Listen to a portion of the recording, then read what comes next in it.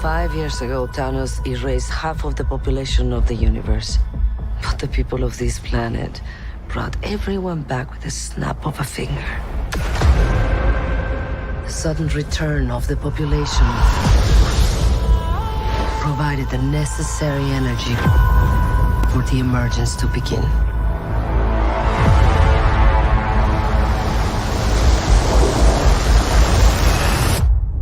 How long do we have? 7 days.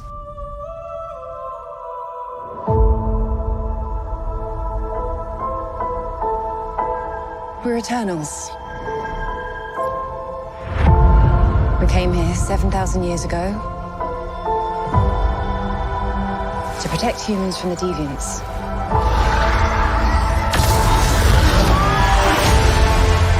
Why didn't you guys help fight Thanos? Or any war, or all the other terrible things throughout history? We were instructed not to interfere in any human conflicts unless Deviants are involved. By who?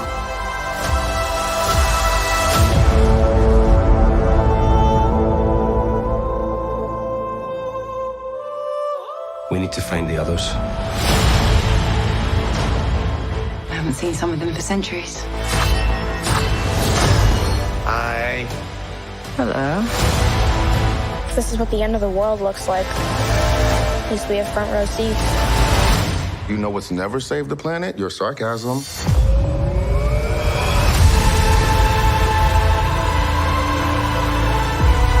We've loved these people since the day we arrived. When you love something, you protect it.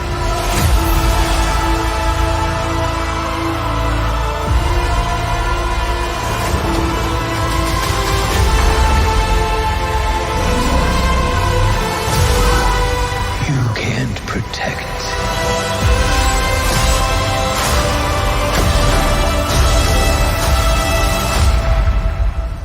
Any of them.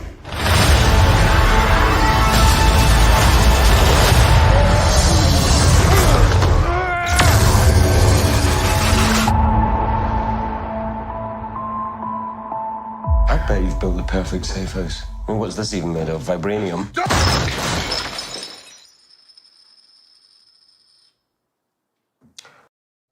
Okay, so I actually chuckled at that part in the movies, and I did laugh at it right now again. Welcome, everyone. I did. It's a good joke. It is a good joke. Welcome to Earth 2 Comic Cast, where superheroes exist and comic book talk is the norm. It's your boy Mo Crosby. We are back to talk Marvel Studios Eternals.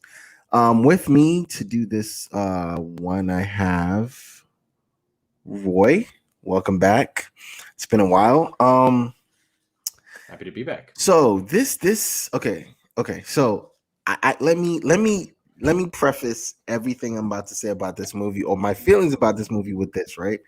So pandemic happens, and to be very honest, I feel like I've become kind of claustrophobic. My space is very like my thing. So like when I go to a movie or when I haven't done a screening, movie screenings. I limit myself on movie screenings because I know like popular movies like this will be packed. So I try, even when I do go to movies, I try not to sit next to anyone. Or if I go with someone, I sit next to the person I'm with. Right. So I try not to go to a lot of these things. And so when I feel like if I go to one that's like this, I want it to knock my socks off. So it takes me out of thinking about my current situation, right? And I think with that being said, let me ask you, Roy, what was your experience of what was your initial thoughts? You're done with the movie, you walk out, you take your mask out when you go outside, you're like, "Oof, I can breathe now."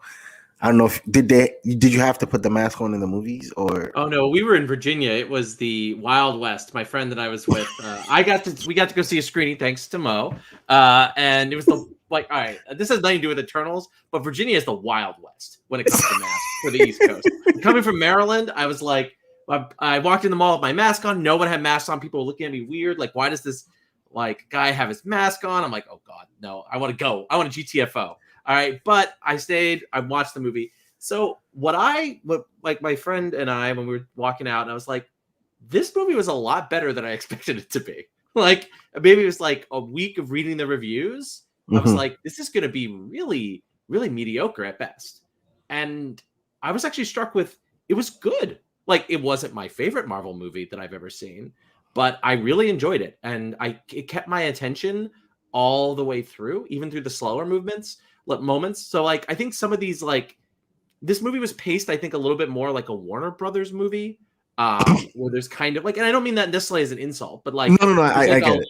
a lull in the middle. Like, it starts off pretty strong, and then Mhm. there's this kind of world building lull. And like traditional MCU movies try to like break that up with some like action sequences or humor or whatever. But this movie doesn't really do that. It just kind of like does this extended world and character building moment, Mhm. kind of like the first Wonder Woman movie does. And sometimes the Snyder films try to do too. And a lot of those movies lose me in the middle of it. But Eternals managed to keep my attention the entire time, which I really appreciated it. And I Yeah. felt it's mostly stuck the landing. So I really enjoyed it. Like, I would give it like a B plus of a film. It's not one that I could be like, oh man, you've got to go out and see it. Like when I saw Black Panther or Infinity War, like literally all I could talk about was like how awesome Black Panther was, or like the ending of Infinity War wasn't that good. But it was like, yeah, this is really enjoyable superhero movie. And that's fair.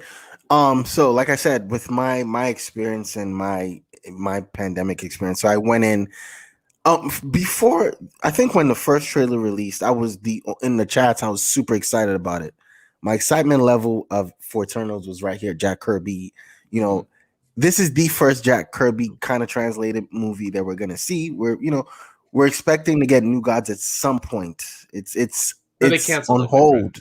It's canceled on hold. It's canceled. It's somewhere, right? So I'm like, you know what? If we never get New Gods, at least let's get some Jack Kirby out there. Let people know. Let people see this guy. Like, I was so excited for it.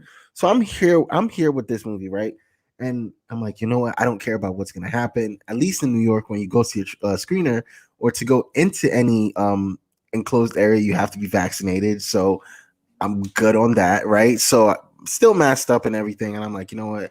My pandemic induced claustrophobia aside, I want to enjoy this movie. And so I go in with super expectations. And I believe it's because I tried not to care. I didn't care about the Rotten Tomatoes reviews. I didn't care about critics reviews.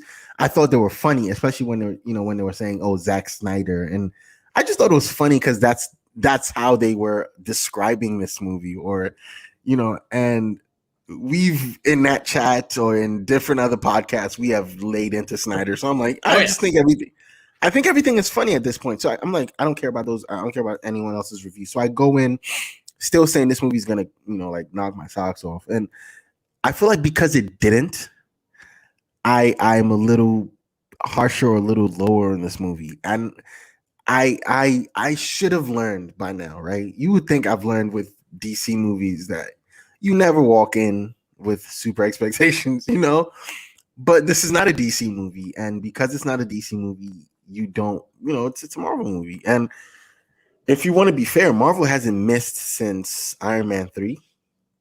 I mean, and arguably Iron Man 3 didn't miss because it's like the 5th highest grossing movie of all time, right? Like, exactly. On a quality level, it did miss. I mean, I do agree it's one of the weaker ones, but it definitely didn't miss. Like, this movie is looking to finish in a firmly mediocre way. Right.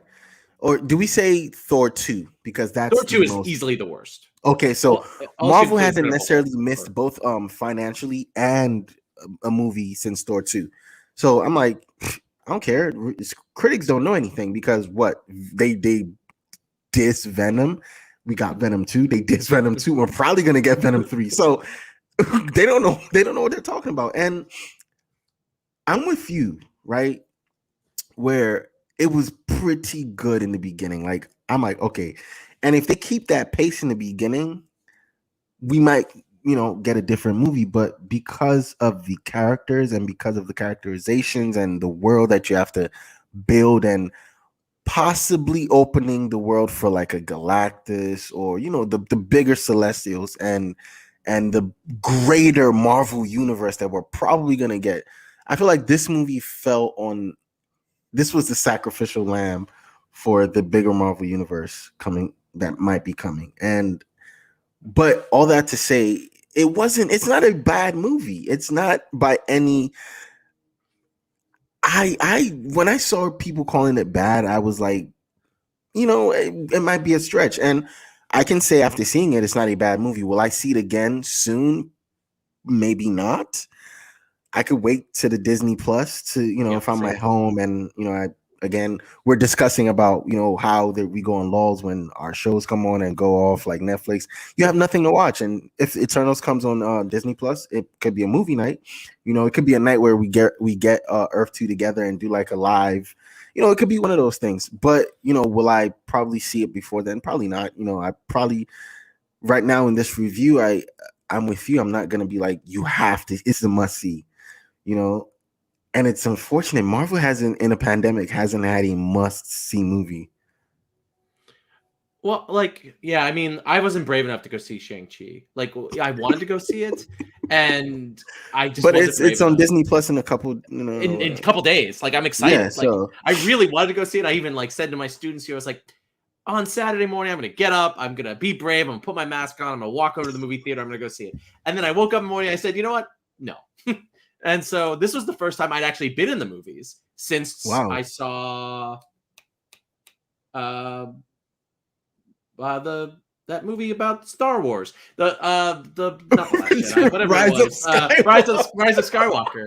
Right, that was the last. 2018, right? No, it was 2019. It was the Christmas before the pandemic. Oh yeah. I keep thinking, I don't know why. I keep thinking pandemic was 2019, but pandemic was 2020. So yeah. Well, it started in China in 2019, right? It did. I remember going to see it, and then people would be like, "You heard about this weird flu in China?" And be like, that's the fun is that thing gonna be? But anyway, I would definitely. So I agree with you, but I think Black Widow is a somewhat better movie than this to me, but that's mostly because Black Widow for me paid off a lot of investment I had in the character, right? This is the first movie that Marvel has done now since Doctor Strange that doesn't this is the first not a sequel, right, that they've done since. It's not a sequel, not a prequel, not it's just Captain Marvel, but Captain Marvel felt like it was setting up stuff. Captain Marvel set up.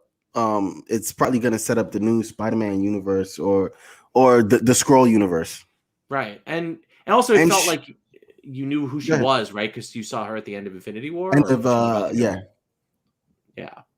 But that movie didn't feel like its own thing. It felt like part of the zeitgeist of Infinity War and Endgame. The big Marvel, the 22 to 23 movies, Yeah. But this movie did not feel that. What would you call it? The Infinity Gauntlet, right? That's what they call it. They call it the Infinity Saga, I think is what Disney Infinity Saga, calls it. Yeah.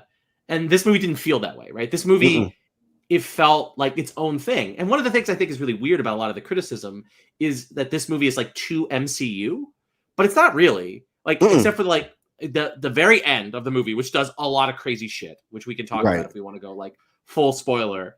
MCU. This is a spoiler review, by the way. Okay, if you're a hardcore, if you haven't seen it, stop right here, and if you don't want to know anything about it, stop right here.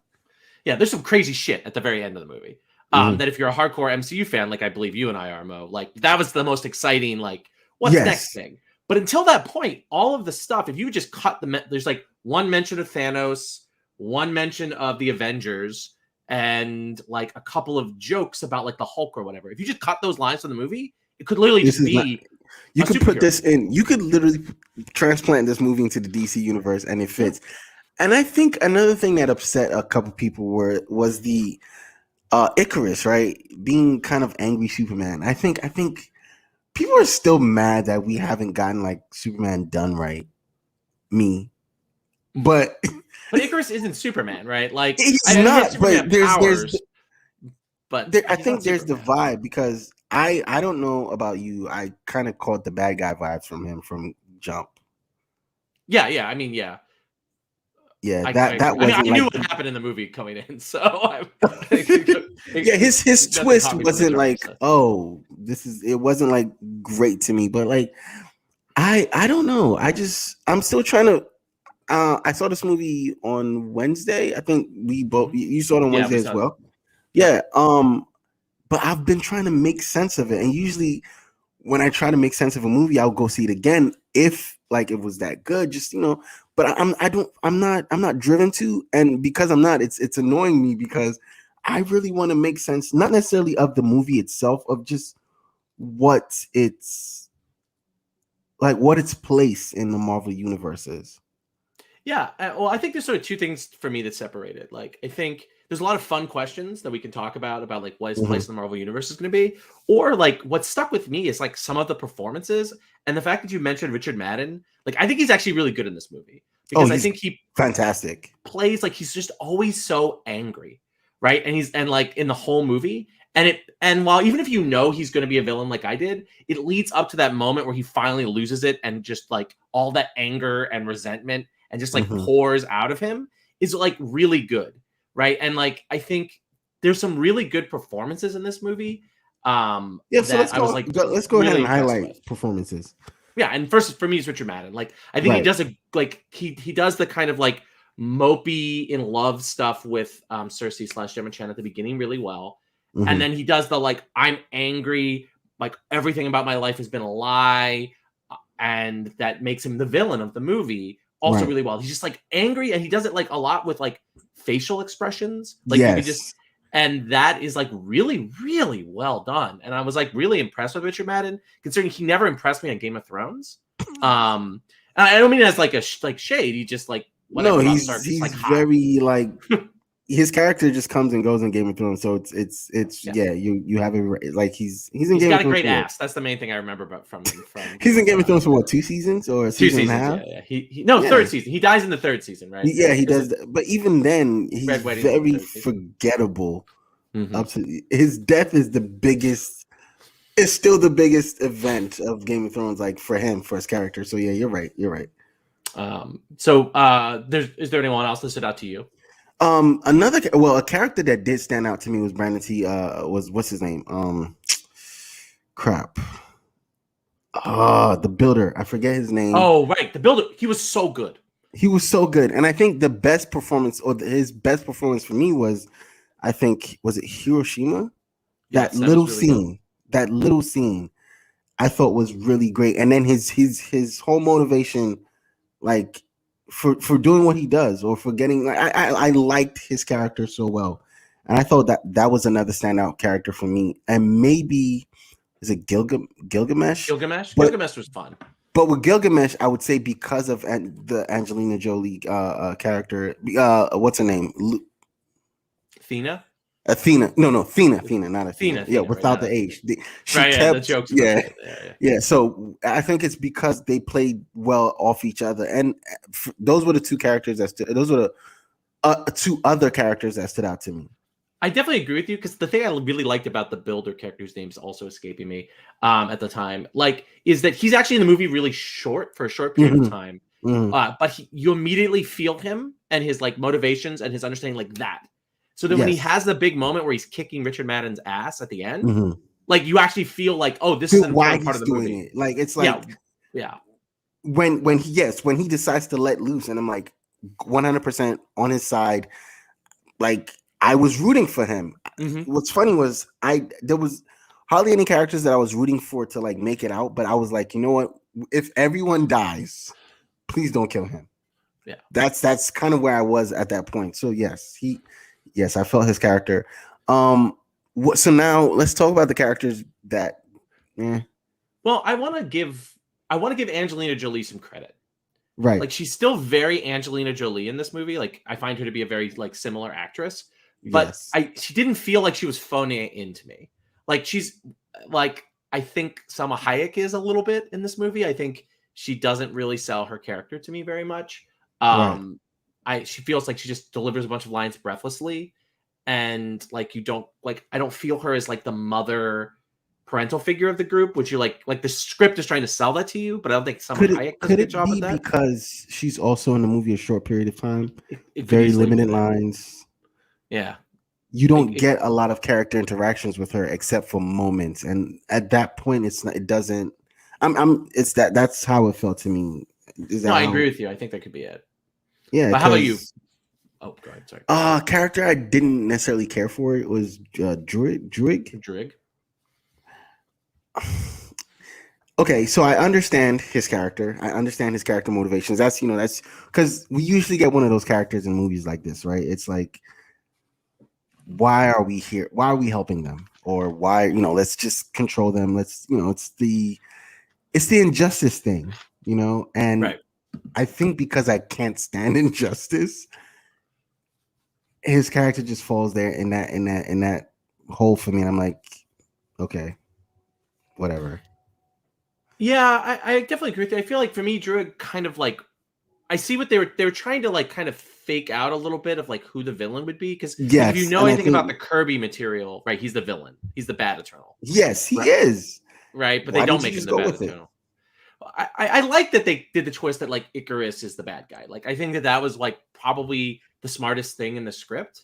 Was that decision, to me at least, because I think it really like was really powerful emotions that were underwriting this. Right.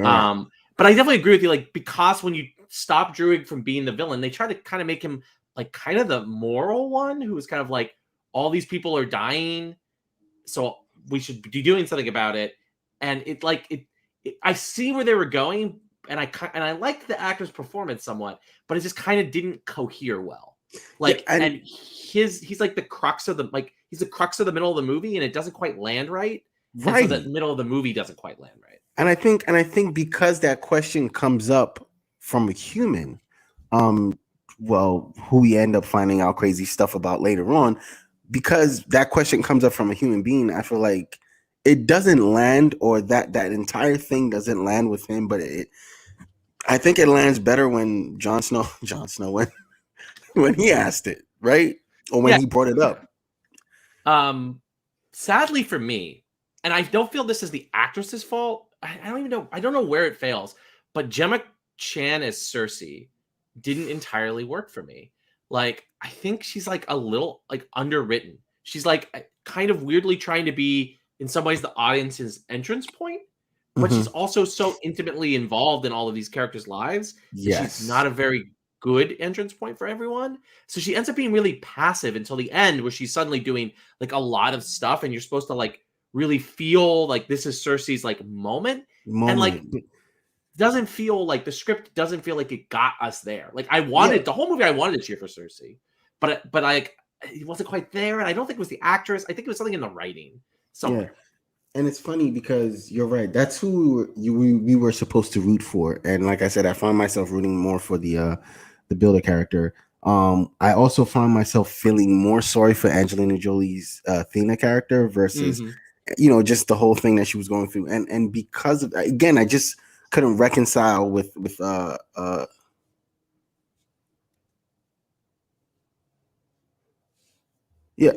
just couldn't reconcile with excuse me, what's her name? With Cersei. It could also be, right, because she is Cersei in no, she's not Cersei. She's also in Captain Marvel.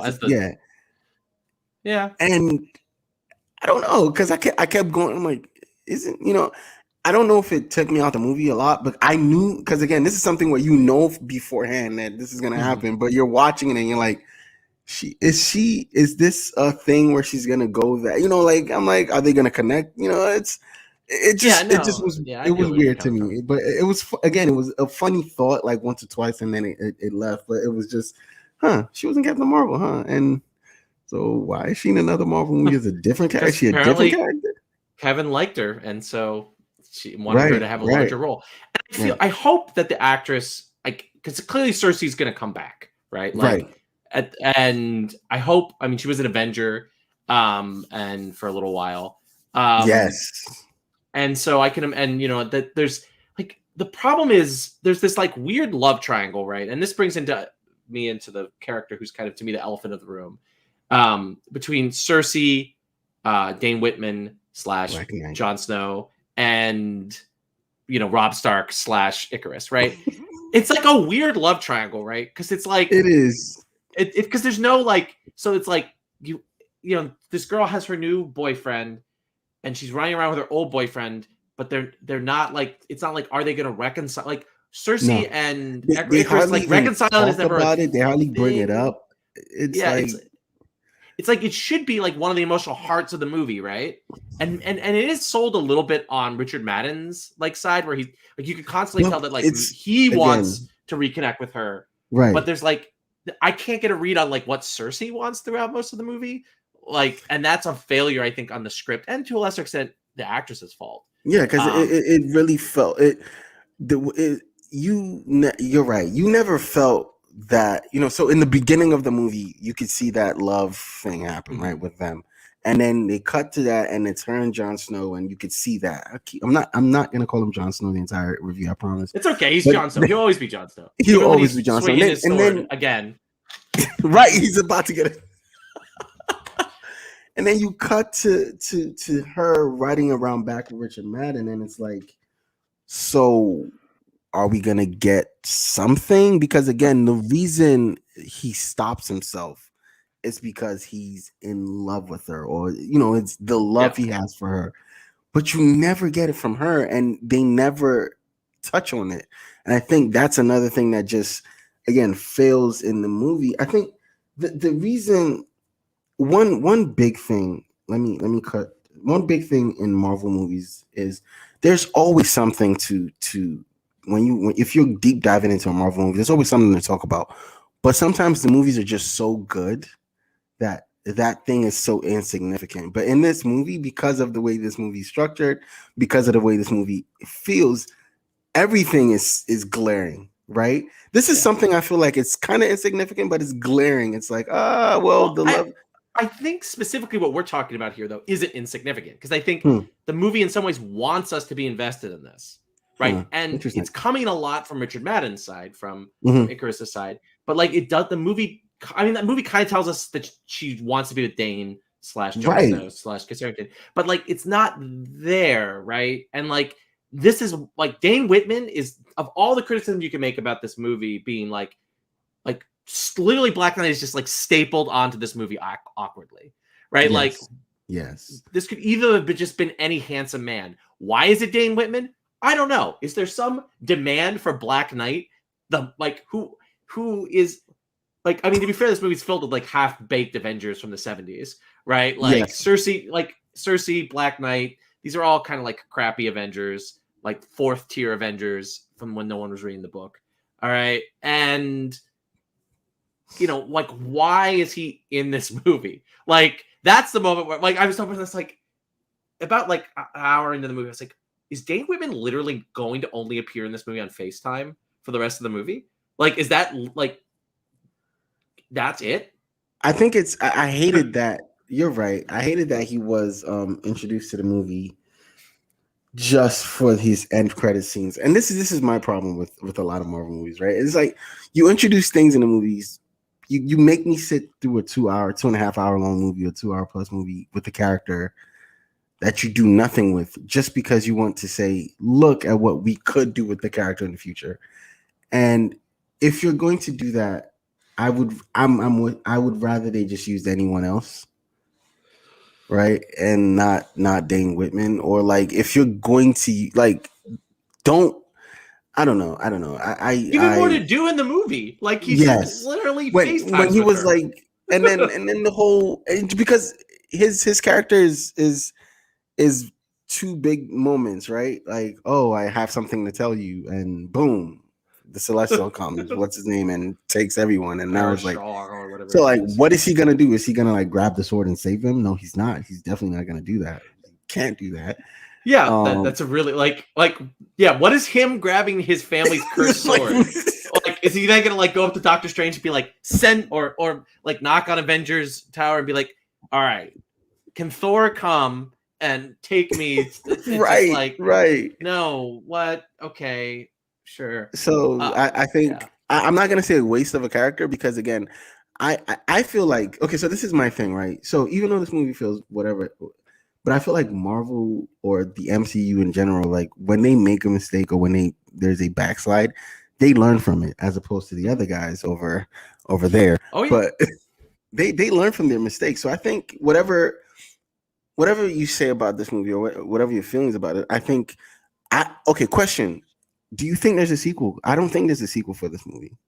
I think there is a sequel for this movie. I Okay. think it's going to be a different kind of thing. So it's hard to figure this out. Like, I mean, this is worth talking about the end cred sequences, right? Yeah. So there's I think we're here. there's sort of like End credits. 3 things it's setting up, right? Dane Right. Whitman, who's apparently going to be in Blade. Like, that was the thing that fucking blew my mind. Like, I was Right, like, wait, right. it took me a moment where I was like, is that who I think it is? Right? Like, who's that voice at the end? So wait, Dane Whitman's going to be in Blade, which is cool. Like, that's a take that was not expected.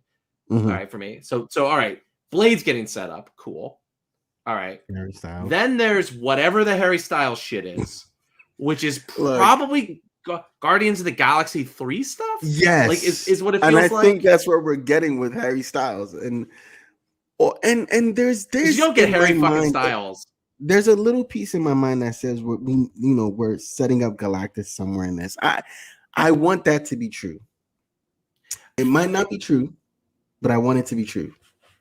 I think what this movie, like, if you're thinking about like what Marvel wants to do, right? Like, one of the things Marvel does like to do is like give you small tastes of concepts, so that you can then watch a movie with a bigger taste of those concepts, right? Right. And you right. definitely see that in like the first 6 or 7 of the movies they made. But even Doctor Strange is like that, right? Like, oh, Doctor Strange. So then you can accept, like, if you buy into who Stephen Strange is, oh, you want to see more of him, that means we can do weirder Doctor Strange shit, right? We're getting this universe madness. And, you know, all the Iron Man movies did that. The Captain America movies did that. Like, it was boom, boom, boom. Okay, suddenly you enjoy Guardians of the Galaxy. You can accept Infinity War, right? Which is all these crazy, very comic booky concepts. Same with Endgame. Oh, you got a small taste in the Ant-Man movies of this bullshit. Here's the bullshit writ large. I feel like that's what Eternals is like getting people like being willing to accept that there's this giant fucking space god that is going to be bossing people around and judging them. And that could easily make you be like, okay, well, there's also going to be Galactus, who I bet is going to be about eating internal celestials, which would be my bet of like what if they wanted to do, like tie these concepts together. But who knows? Like, it's gonna be like 20 years before the Fantastic Four. Yeah. I think the Galactus thing is probably somewhere further down the line. But I feel like in a way, this movie is letting you know that, like you said, this is what you got in Endgame and what you're gonna get in a Multiverse of Madness is only very little compared to like what we could be showing you. And I think Eternals is that movie, kind of a bridge movie. It's like it's a bridge movie. It's definitely a bridge movie, and I said it. If it's the sacrificial lamb for the bigger whatever the galactic MCU. Even though I want to say we've gotten a little piece of the galactic MCU, but there's so much. I mean, for us that if you read comic books, you know that the galactic Marvel universe is so big. It's just full of crazy shit. Yeah. Right. And to be fair to this movie, it doesn't lean away from a lot of the crazy shit, right? Like, no, it doesn't. It actually kind of goes into it.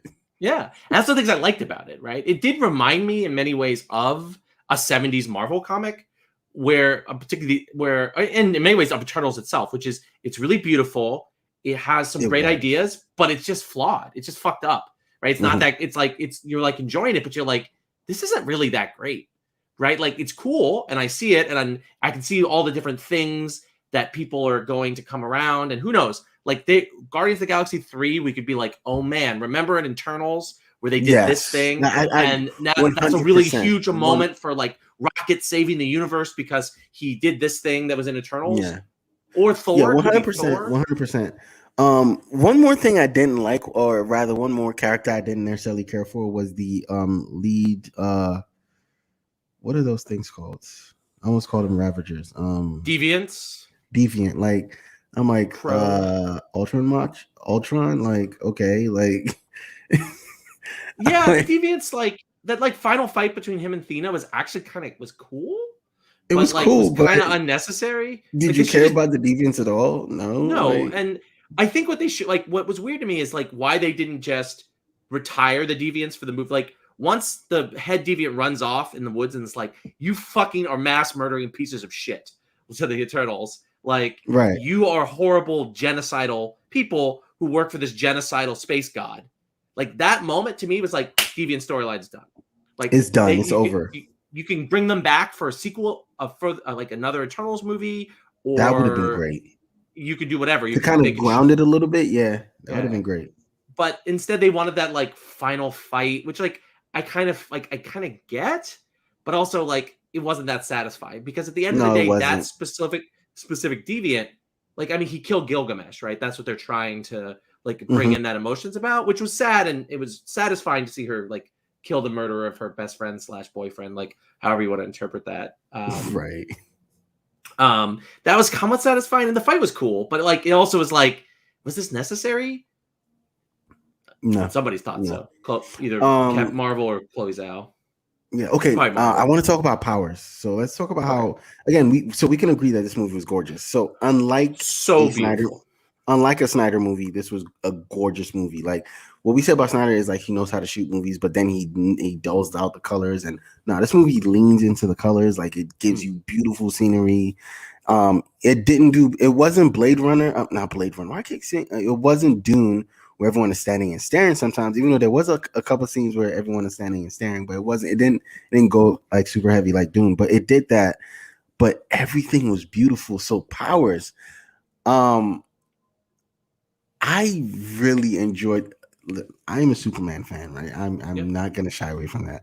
So I really enjoyed seeing Icarus and I got jealous because again, somehow I got jealous about Icarus, and I got jealous about the fast girl. Like, what was her name again? Oh, Malekith? Is that? Yes, because you can see it's possible to make it look good. You understand what I'm saying? Yeah. She ran so amazing. Her fight again. Don't really care about a lot of the fights in this movie, but when she was fighting Icarus, I was like, that was a very well done Flash versus Superman fight. So you can actually do it. The reason I'm saying that is because the reason I actually want to talk about the powers is because when you look at, say, like a Justice League, even the Snyder cut, it's just stupid. Like, are you telling me that you can't translate these powers into, and then you see in a movie that, is divisive to the Marvel fandom, but not anyone that has said anything about this movie has said, oh, the powers were done wrong or it looked ugly. No. That's not in any reviews. And Marvel spent the money for daytime CG too. So yes, which they don't always do. Let's be fair, no. But they did in this movie. Yeah. But yeah, she. So I enjoyed looking at Icarus. I enjoyed his powers. He didn't break the ground when he landed. Like when every super strong flying superhero does. He didn't do that. He didn't smash anything. His takeoff was smooth. His flying was smooth. His lasers were smooth. The fast girl Malekith or whatever, when she runs, it was smooth. It wasn't a funny running stance. It wasn't, like it just everything looked so good. The builder, I'm 100%. His powers looked cool in that fight scene at the end when he sends the things on Icarus and kind of pins him to the ground. And just has him there. And then Gilgamesh looked good. Mm-hmm. I think a character we've not said anything about or really cared about is Sprite. I truly could not care about Sprite, which is like a classic problem of like reading Eternal stories. Like the Neil Gaiman, the Neil Gaiman, they steal a lot of ideals from this, right? Including Sprite kind of being a bad guy. Like she's a bad guy, she betrays Cersei. Right.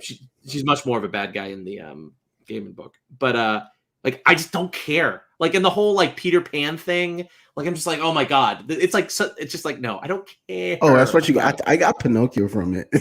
Pinocchio, Peter Pan, whatever you want to like. Real boy, like I want to be a real and it's just like a girl. I don't care. Oh, and like I guess you were like, and the whole like she's in love with Icarus. Like there's this. I guess it's a love square, right? Square, then, right? And I'm sorry, that was weird to me.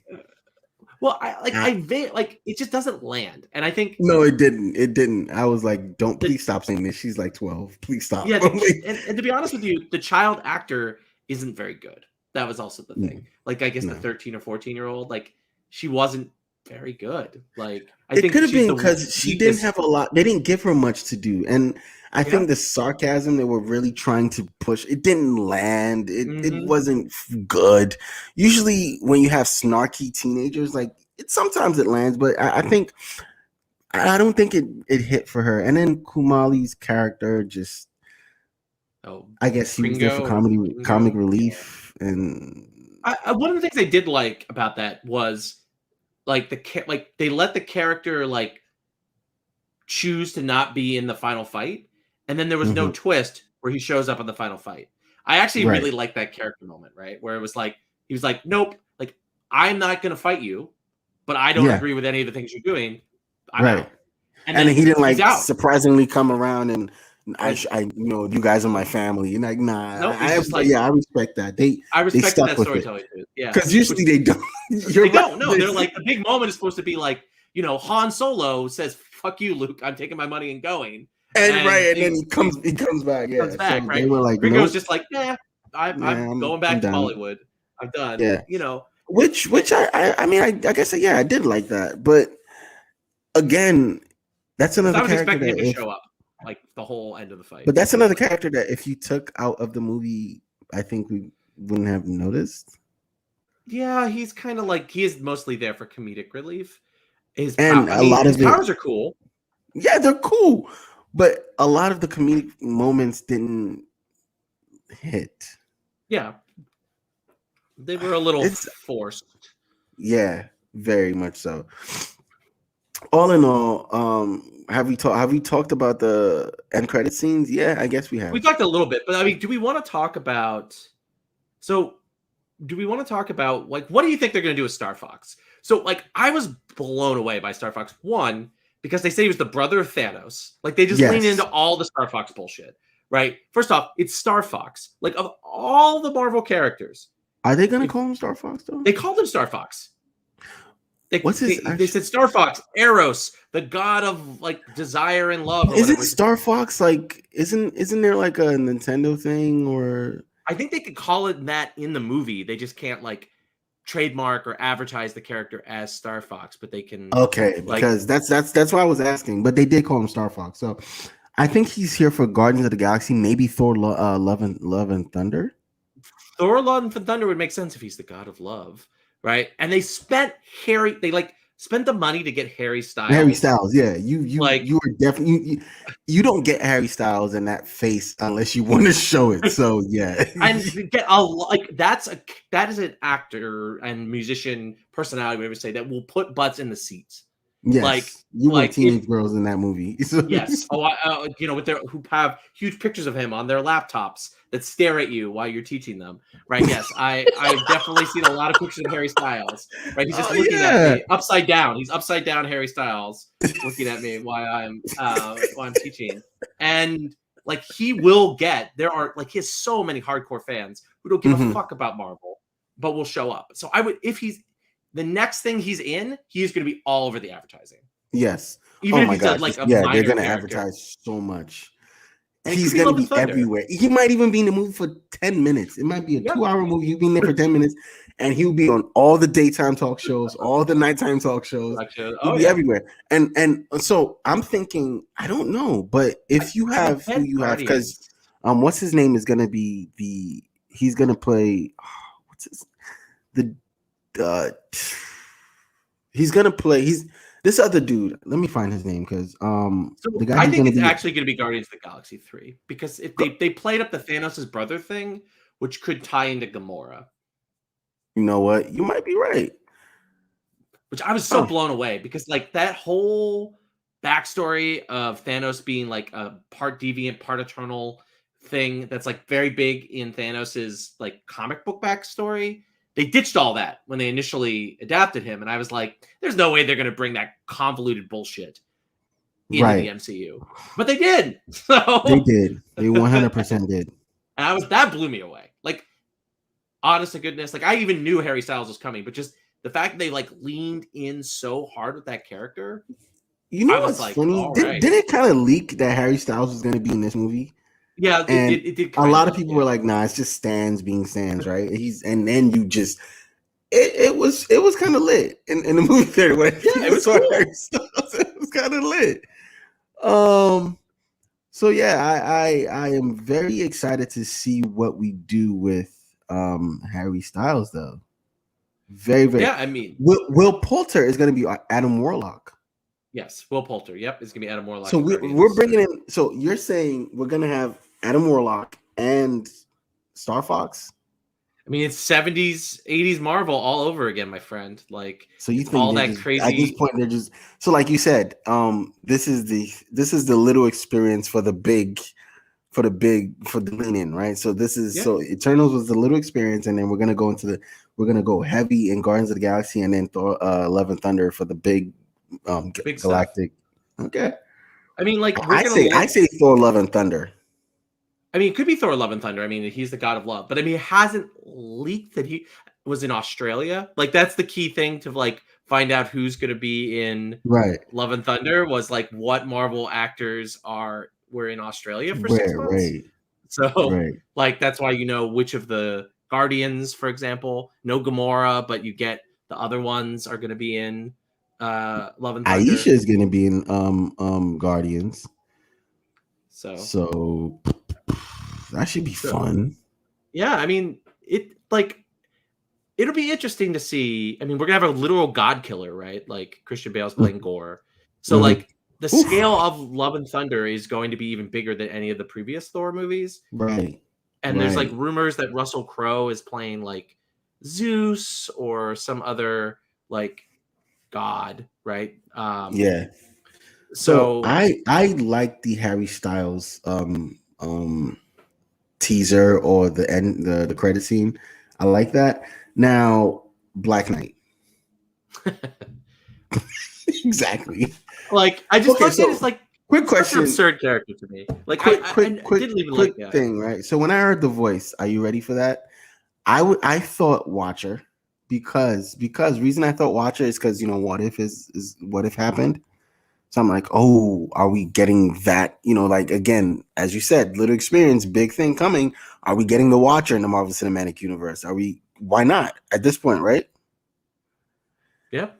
So that's what I thought. I'm like, okay, since we're going galactic now, why not? So that's what I thought. But then you said Blade, and I'm like, No, it's definitely what's his face. It's been confirmed. Mahershala Ali. Yeah, it was him. It was confirmed it was him. Oh, okay, well then, because I didn't read anything. But I was like, huh, because I just wanted to think since we're here at the Galactic event. So this just why would you bring this character in to keep him? I don't want to say street level, but almost street level. I mean, but like Black Knight is like one of those characters that like you want to be street level because again, he's a dude with a sword. It's a cool sword. Like of all of the Avengers, like he makes like the least sense of like being able to go fight. Like the scale of where the Avengers are right at this point. Like it was kind of laughable that Hawkeye and Black Widow were on the team. Black Widow, they always had to find something for them to do that was kind of like slightly off camera that you wouldn't really like see them do, or they team up with a Wakandan who gives them the technology to be able to fight at this level, right? Like. That's where Black Knight is. He's a dude with a sword. So, like, making him a cool monster slayer. It's not just a sword. It's a cool sword. Don't get me wrong. It's a cool sword, which makes sense, right? Like, if him being Blade's partner, like, if that's what they're setting up for the Blade movie, it's a movie, right? Not a TV show. It's a movie, yeah. It's a movie, right?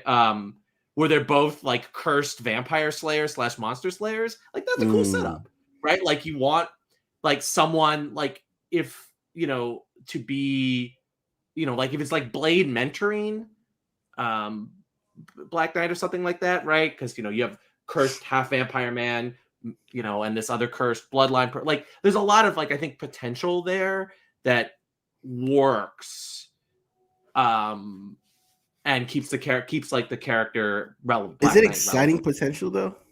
I mean, I think it's fine. Like Marvel loves buddy stuff, right? Yes, they do. So that's a dynamic, right?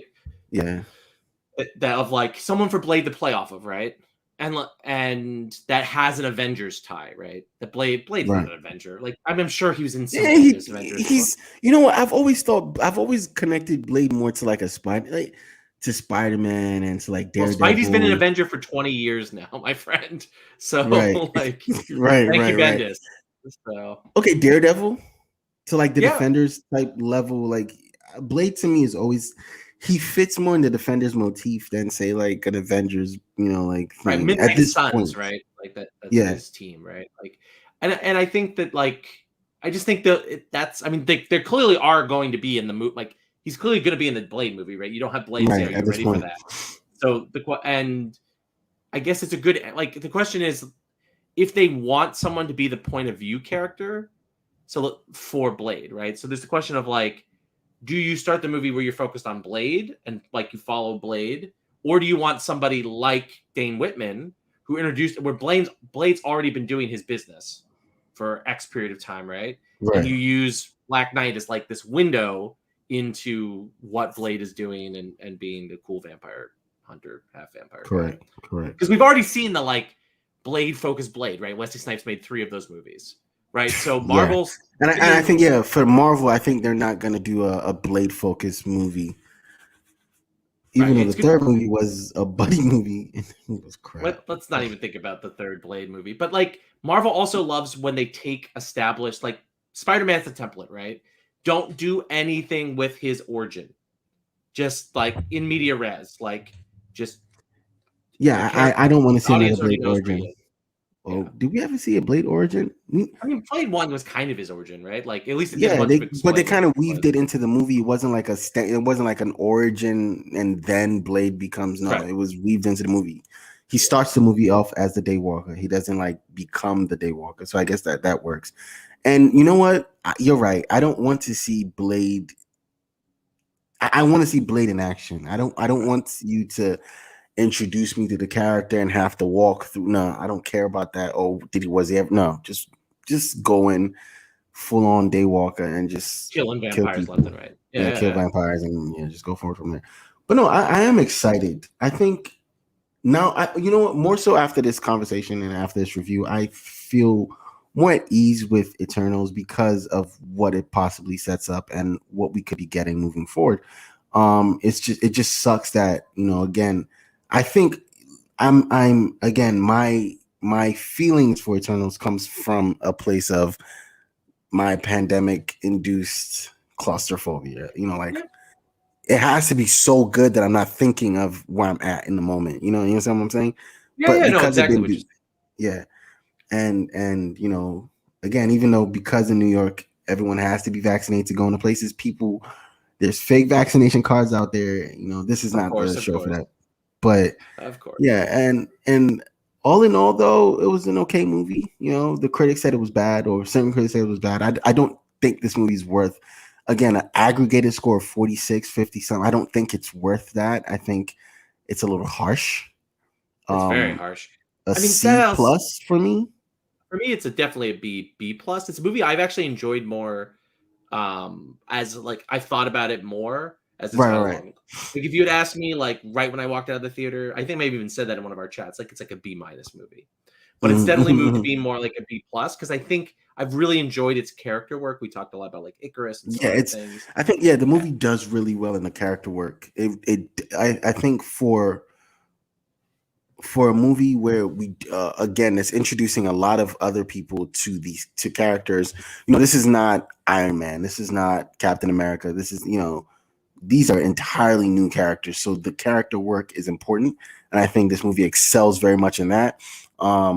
Some writing choices and some story choices didn't work and didn't land. Outside of that, this movie does very well. Okay, with the action is nice when we get to it. The action scenes are all really quite good. I actually think it was one of the better finales. Like I actually enjoyed that last sequence where they were fighting Icarus and then the deviant thing. Oh yeah. And Cersei like and the hand thing. Like I thought that was pretty well done for a Marvel like final CGI fight movie. Because we complain about the big CGI fest, and because what I think personally, because they're not fighting monsters, because they weren't fighting like they were fighting themselves. I think it kind of made it a little better, where it's like, and because of the emotions inside of the fight as well. You're fighting kind of like your brother, kind of like an older brother, and you don't want to fight, but it's like they do well in letting us know that they fell in love with humanity. Yes. They do well with that. And I think because of that, I when the fight came, when they had to defeat Icarus or where they had to stop, I was like fully invested in that moment of it. I was too. Yeah. I also. Oh, sorry, Mo. Go ahead. I'm sorry. No. I also think Marvel kind of Endgame kind of put them in a weird spot where they can never fight like that, where they fight monsters and it's a CGI fest and can like reach that Endgame level again.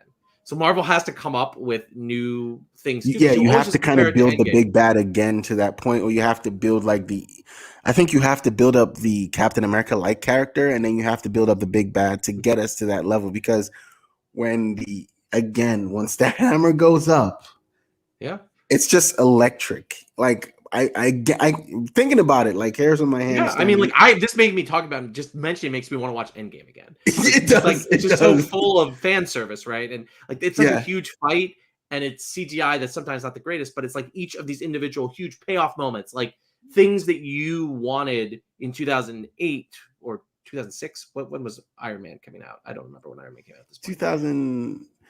Iron Man was Batman. I think it was Batman. The one of the Dark Knight was Knight? It was because Iron Man 2 was the Dark Knight, or Iron Man 3. No, it was 2008 because remember Infinity War was the 10-year anniversary of Marvel. So it would be 2008 to 2018, right? Yeah. So like stuff that you wanted from like the end of Iron Man to Endgame, you got in that fight, right? Like even like the last Iron Man moment calls back to that. It's just like so much fan service that no future Marvel movie can like really have an ending like that, and you need to come up with new things. And I think this movie is more character focused. Big fight worked for it. In a way that like kind of the falling city of Black Widow didn't like entirely work. Again, Black Widow's nothing worked because I think it was 10 years too late. Yeah, I mean it was. I just liked so much of the character work that was in that movie as well. Like I love the Nat stuff. I love Yelena. Like she. Oh yeah, Yelena steals the movie, and it sucks because Black Widow should have been better, but we got the movie so late that no one cared, and we already know what happens to a character. Yes, no one, like, you're not that invested anymore. Oh, that's the vest she wore in the movie. That's where she got it from. Okay. Oh, that's maybe where they got the ship from, but they didn't get the ship from there. It's like let's do this when you watch Shang-Chi. Let's come back and do this again. I will be watching it this week, so we should definitely. Yeah, so I'm excited. Done an episode about that yet? You know what? I'm seeing that movie again for the second time, and I think it might improve my experience of it. So you were a hater. That's interesting. All right, because most people I know have seen it, like loved it, like capital. Okay, so let me take that back. I don't hate it. I don't know. And it, again, it could be like the whole thing, like, okay, I'm going to go see this movie. It better knock my socks off. And it doesn't. And then I have to now remember that I'm sitting in, I don't know what, and I'm outside. And it's just. Yeah, well, hey, look, I know that feeling. Every time someone coughed in that movie theater, I was like, oh, God. Is this movie worth me getting COVID? I have got my booster. Thank you, being an essential worker. All right, but I'm sorry, but the movie better be worth me getting COVID. You understand what I'm saying? So, I feel you. And definitely Turtles was not worth me getting COVID. But to be fair, I think I just feel like maybe Endgame would be worth me getting. Yeah, oh no, and if Endgame came out pandemic, I think it would still would have hit $1 billion. I don't care. I think everyone would have still went to go see it 100%. The big test is in 4 weeks. Oh, is it 4 weeks or 3 weeks? Yeah, Spider-Man, December. Spider-Man. It's the middle of December, right? It's before Christmas. Yeah, before Christmas. That's the big test. Like it's Spider. I feel like it's Spider-Man and it's Doctor Strange. It's Spider-Man, Doctor Strange, and if half of the rumors about that movie are true, listen, like, and I 100% love, because usually Marvel does. Christmas movies usually come out in August, right? Christmas or July. Christmas in July, that's the entire thing. So they usually drop those. Marvel said, nope. We're gonna stretch this out. We're gonna wait. You know, if they had put that movie out in July, August, I think Eternals would be making more money than it did this weekend. Well, I think that if I am almost certain that this next Spider-Man movie is going to make so much money and be very successful and very popular that everyone will forget about Eternals, like, and how it wasn't successful, so that when the characters start to come back, people will appreciate them more. And also, Marvel movies tend, with the fandom, to become more popular over time, right? Yes, so 100%. And Marvel has that like tension that they need to always keep in mind, that who knows what they've been succeeding with it, which is like making the movies for the fans, like you and I, and then making movies for the average moviegoer. And some of the franchises succeed with that, like Spider-Man, the Avengers films. Like, you can basically do whatever you want in those movies and they'll please both people. Right. But like some of these minor movies, like Eternals, like, you've got to be really careful about this. And I think this movie tried a little bit to... I don't think the mix was right here with this movie. Like, I don't think it was enough of an MCU movie for hardcore MCU people, but I don't think it was enough of a Academy Award-winning director does a superhero movie for like the regular audience, so it couldn't serve either audience. Yes. This was a cinema. You know, you have like the hardcore film goers saying this is cinema, this is perfect, it's not a superhero movie, it's not a comic booky movie. And then you have comic book movie goers saying this is not a comic book movie, what is this? And so that's how you get the divide, because the hardcore movie goers kind of like this movie. You know, they kind of like that it's not, you know, the superhero fanfare, you know, oh, I'm dying of superhero fatigue, but this was not that. And then what I've seen is certain like comic book people are saying, or like, just let me correct that, not comic book people, comic book movie goers, because there's a group, right? There's a group of people who are comic book people that we read and we watch, and then there's people that just love the comic book movies, and then the people that love the comic book movies are not loving this movie. Because it's not talking to characters that they care about, right? It's right. So Spider-Man is going to be a great test of where we are in movies and theaters, and it's going to be a great test of if Marvel is just so untouchable, you know, because right now with Shang-Chi and Black Widow and now this, everyone's like, whoa, is Marvel like... Well, Shang-Chi did well, right? Like, Black Widow did well, right? It did for a pandemic movie. It did. But it didn't do well for a Marvel movie, did well for a pandemic movie. That's fair. But we are, despite what so many people in every... We are in a pandemic, so the pandemic is still going on. Right. Which is why I kind of appreciate WB and HBO Max. Oh, yeah. You know, I get to wake up and, oh my God, Dune I wanted to watch. Like, if that was another movie, I felt like I'm so happy I watched it at home, because I would have hated the movie going experience. Oh yeah, I agree. I probably would have seen Dune. And that's another. You see, so like if it was not the pandemic, I probably would have seen it in theaters. Yeah, Dune was another one of those movies I wanted to see. I just hated the ending so much because it was so tongue in cheek. Like, this is just the beginning, and I'm like, oh, don't do that to me. Well, I won't talk about the book if you haven't read it. No, I get that. But yeah, I haven't read the books. I saw the 70s movies, the 80s movies. The 80s, and then the TV show, the sci-fi TV show. Yeah, so I'm all invested in Dune, and I thought the movie looked amazing. Anyways, Eternals. But no, thank you, Roy. Hopefully, you know, we can make time sometime this weekend. This weekend for Shang-Chi, because I want to see that again, and I want to be sure, you know, this time I'm home, I can control like my environment. I can pause the movie, go grab some popcorn if I need to, and come back and play it. And I think, and you know, that also helps because we've been doing it for like a year. Like all 2020, I got all virtual reviews, virtual screeners. And so that was just amazing. So I saw a movie, like I liked it, and I will talk about it, but like, anyways, but Yeah, I mean, like I prefer to watch movies at home anyway, even if they're supposed to be cinematic experiences like Dune. Yeah, I just prefer to watch movies at home.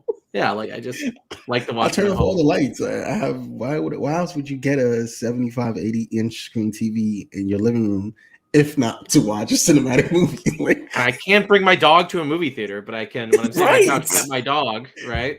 You know, and and if you have to pee, you have to like, miss chunks of the movie or hold your piss. So hey, look, I enjoyed Internal so much that I held my piss the entire movie.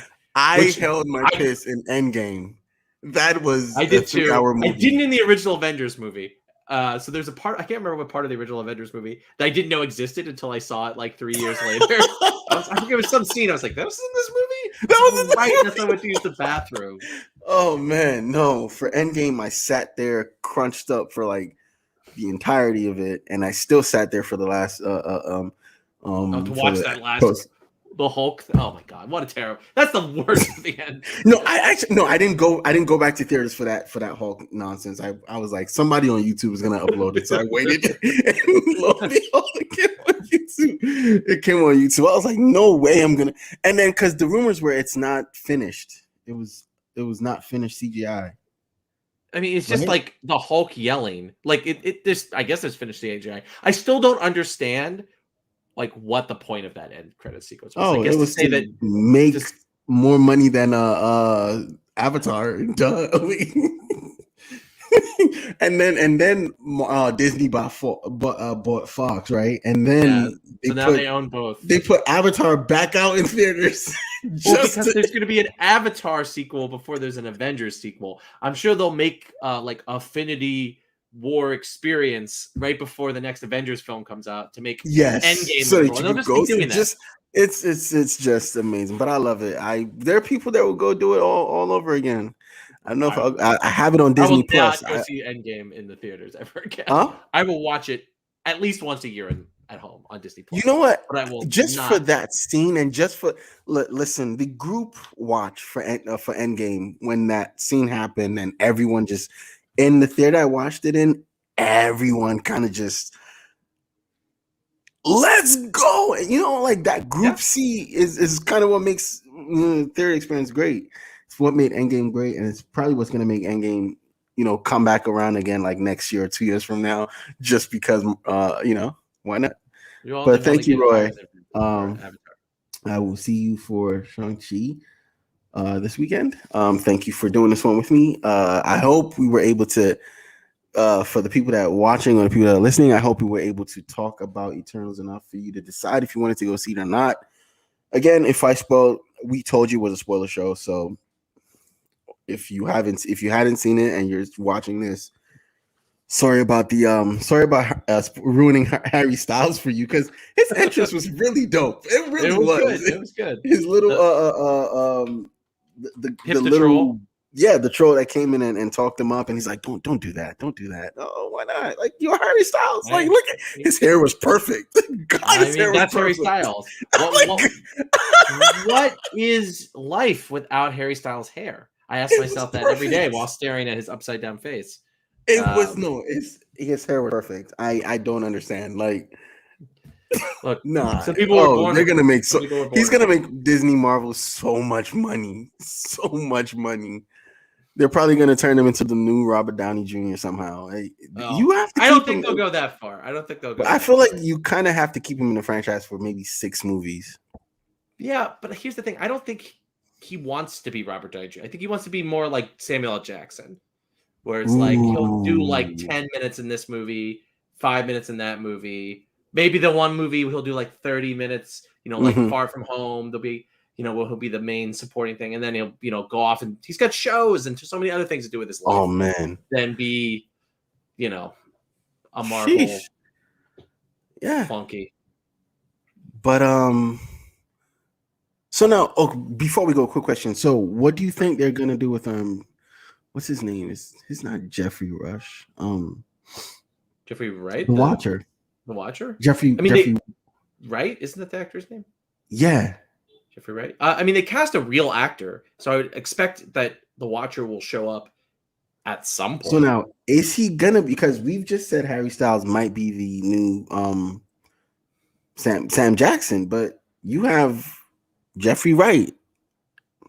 He doesn't even need to be in all the movies. He could the same thing. I mean, like, so the question is, think, like, you think they're just gonna leave that alone? I don't think they'll leave that alone. The question is, like, what are they going to do with the Fantastic Four, right? Like, right. And like, is saving the Watcher, right? If they keep doing these seasons of What If with the Watcher, so that people are like used to the Watcher as a concept, and then like say the end of the Fantastic Four movie is the Watcher showing up and talking to Reed and Sue and being like, "Your planet is about to get ate," and you've seen from these What If shows that the Watcher doesn't interfere. He's the crypt keeper of the Marvel universe. He just tells the stories, right? And then, oh shit, he's shown up at the end of this movie and said, "This is such a bad situation that I'm going to help. I have to intervene." Yes, I have to intervene. Like, that could be where they're going. Like, I think they will save that bullet with the Watcher for something important, because I think that's what the What If stuff is doing. Like, if you're looking at, like, I think it's setting up the Doctor Strange stuff, and it's setting up the Watcher is this important concept in the Marvel universe. All right, I could dig it. Again, Roy, thank you so much for making the time. Always a pleasure, Mo. We'll catch you on the next one. Peace.